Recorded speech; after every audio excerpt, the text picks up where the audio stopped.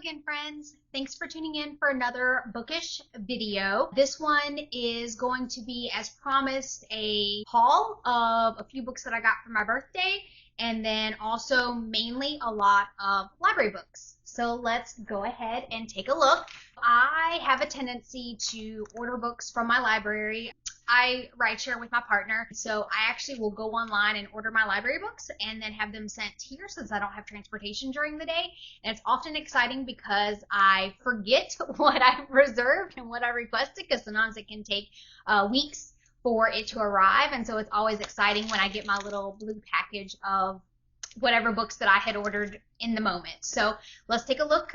It'll be like a surprise opening a present of some of the books that I requested. First one here is The New Confessions of an Economic Hitman. In this astonishing tell-all book, former economic hitman John Perkins shares new details about the ways he and others created countries around the globe out of trillions of dollars.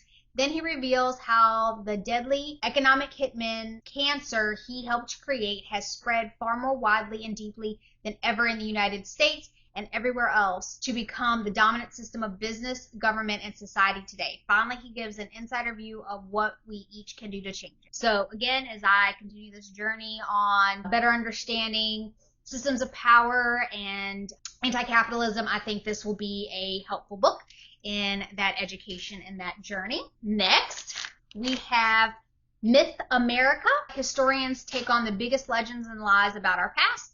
So continuing my journey of just understanding the real history of the United States that is often whitewashed and censored in American history books. So educating myself there. Oh, this is a book that actually started the audiobook. I'm excited to read the physical copy because I often with nonfiction like to do both at the same time. I actually like to look at it and listen to the audiobook at the same time. So for all of these, I've actually already requested the audiobook as well. I like to do them together. So this is The Day the World Stops Shopping. The economy says we must always consume more. Even the slightest drop in spending leads to widespread unemployment, bankruptcy, and home foreclosure.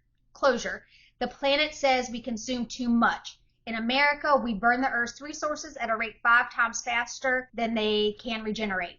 And despite efforts to green our consumption by recycling, increasing energy efficiency, and using solar power, we have yet to see a decline in global carbon emissions. And then this book kind of addresses that paradox. And I was really interested in this as I struggled this holiday season with just the amount of consumption and understanding a lot of the genocides happening around the world, how our consumption is a big driver behind that. So I'm interested to read and listen to this book. Oh, okay. Fiction this time is Mammoths at the Gate. So I have the, what is it called? The Singing Hills cycle. So I have the first 2 books, which is The Empress of Salt and Fortune and When the Tiger Came Down the Mountain. I have those 2 that I had bought that I haven't read them yet, and I think there's probably the next one in this series I've also requested, and I think there's a new one about to come out.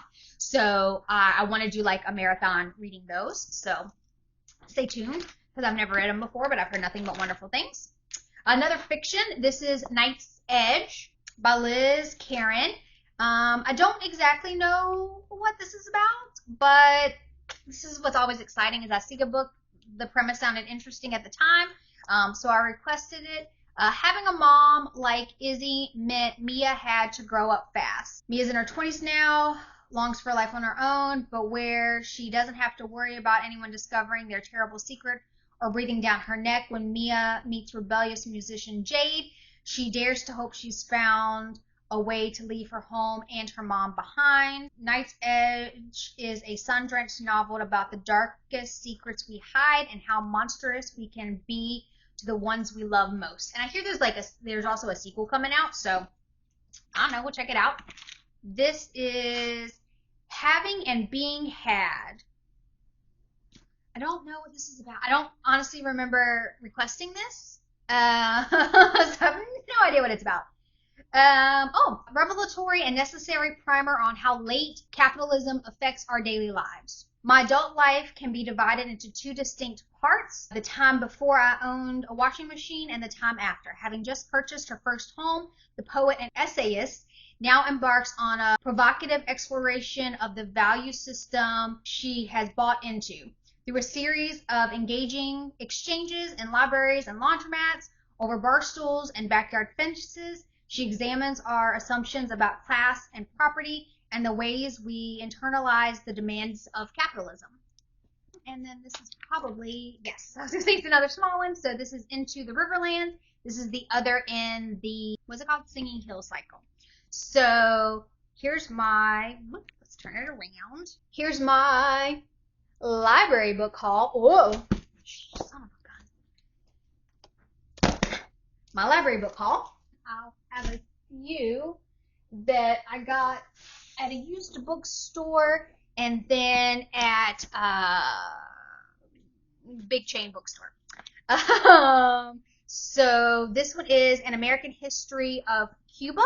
Again, it's a big one, so I have this on audiobook as well. Focuses really just on the U.S.'s impacts on Cuba. In 1961, at the height of the Cold War, the United States severed diplomatic relationships with Cuba. The standoff continued through the tenure of 10 American presidents until Fidel Castro's death in 2016 and the retirement of his brother. Meanwhile, politics in Washington, Obama's opening to the island, Donald Trump's reversal of that policy, and the election of Joe Biden have had the relationship between the two nations a subject of debate once more. So just interested in learning more about America's impact on Cuba. Next is Black Ghost of Empire, The Long Death of Slavery and the Failure of Emancipation. Heard some good things about this. To understand why the shadow of slavery still haunts us today, we must look closely at the way it ended. This really talks about from the emancipation process and then the after effects of that. So I'm excited to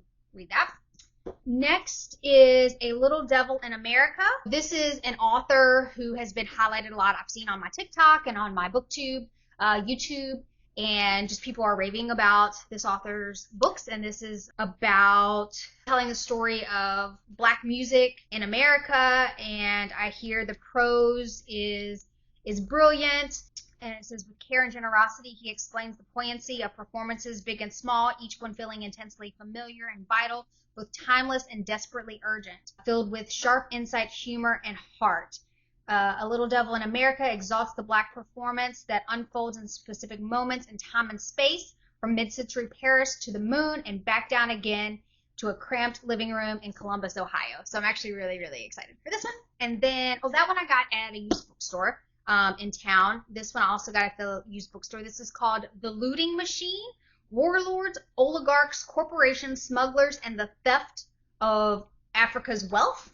So I am excited to read this. Some people think that the rich have been getting richer and the poor poor because of conspiracy. This is not true. There's no conspiracy. There is a system.